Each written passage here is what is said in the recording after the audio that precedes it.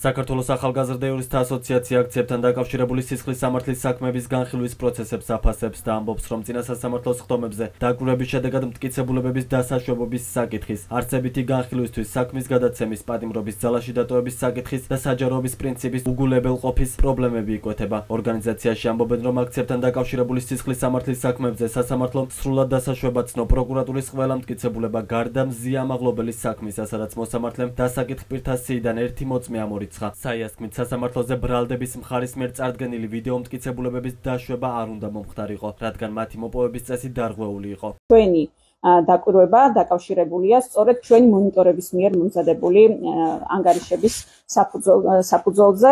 პირველი ეს ეხება მტკიცებულებების დასაშვებობას. მტკიცებულებების დასაშვებობის თვალსაზრისით ერთ-ერთი მნიშვნელოვანი რამ, რაც გამოიკვეთა, არის ის, რომ პროკურატურის შუამდგომლობებს მტკიცებულებების დასაშვებასთან დაკავშირებით, როგორც წესი, სასამართლო უპირობოდ უშვებს, მაგრამ განსხვავებით დაცვის მხარისაგან, როდესაც ამ შემთხვევაში შეინიშნება მათ შორის განსხვავებული მიდგომებიც და ეს მიდგომები ყოველთვის არის აქტივისტების წინააღმდეგ მიმართული, რაც კიდევ ერთხელ უსვამს ხაზს იმას, რომ ამ საქმეებში პოლიტიკური ნიშნის დევნის მოტივაციები არის მაღალი. პროევროპულ აქციების მონაწილე პირების სისხლის სამართლის საქმეებზე არასამთავრობო ორგანიზაცია ასევე პრობლემა დასახელებს საქმების არსებითი განხილვისთვის გადაცემას. საიასქმით არსებითი განხილვისთვის საქმის გადაცემას სისხლის სამართლის საპროცესო კანონმდებლობის შესაბამისად ხდება მაშინ, როცა ბრალდების მხარის მიერ წარდგენილი მტკიცებულებები იძლევა საფუძვლიან ვარაუდს, რომ დანაშაული ბრალდებულმა ჩაიდინა.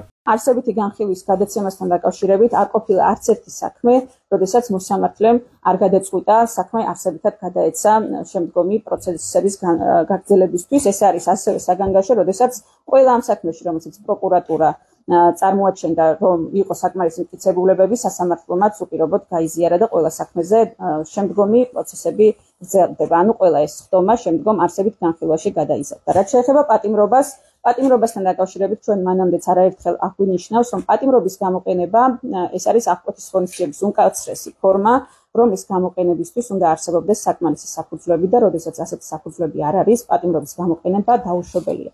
წინა სასამართლოს ხდომაზე მოსამართლე მსჯელობს ხოლმე იმასთან დაკავშირებით, რომ გამოძიების იმ ეტაპზე, როდესაც გამოძიება პრაქტიკულად უკვე დასრულებულია, რამდენად არის საჭირო ის, რომ კიდევ გაგრძელდეს პატიმრობა და ჩვენ დაკვირვების პროცესში, რასაც პროცესები ავლენს, არის ის, რომ არ ყოფილა არც ერთი ისეთი შემთხვევა, მხოლოდ ერთი გამონაკლისი იყო ბათუმის უნივერსიტეტის ლექტორის და სტუდენტების საქმე, დანარჩენ ყველა საქმეში მოსამართლემ კვლავაც ყველა პირი დატოვა პატიმრობაში. ახალგაზრდა იურისტთა ასოციაცია ამბობს იმასაც, რომ სასამართლომ ჯამში 40 ბრალდებულიდან ვერც ერთის მიმართ ვერ დაინახა პატიმრობის გაუქმების ან მათთვის ნაკლებად მკაცრი აღკვეთის ღონისძიების გამოყენების რისკები. მიუხედავად იმისა, რომ დაცვის მხარე აღკვეთის ღონისძიებასთან ერთად ნებისმიერი დამატებითი ვალდებულების გამოყენება შუამდგომლობდა.